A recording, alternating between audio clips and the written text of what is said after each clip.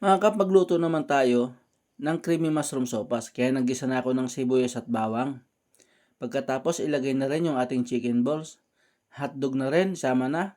Shiitake mushroom kung meron lang, optional. Tapos ginahit na karot. Pagkatapos ilagay naman natin yung ating repolyo. Saka natin halu-haluin. Tapos lagyan natin ng 2 drum na tubig galing sa karayan. Yung cream of mushroom ilagay na rin natin para sa kakaibang linamnam at lasa ng ating creamy mushroom sopas. 2 ibap na malaki, yung ating mais, saka yung pasta natin, inilaga na natin yan.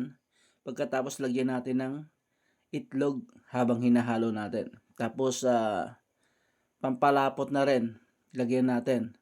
Pagkatapos tikman na natin. O ayan na mga kap, ready na yung ating creamy mushroom sopas. Wow, yummy! O ano na, talap-talap na naman!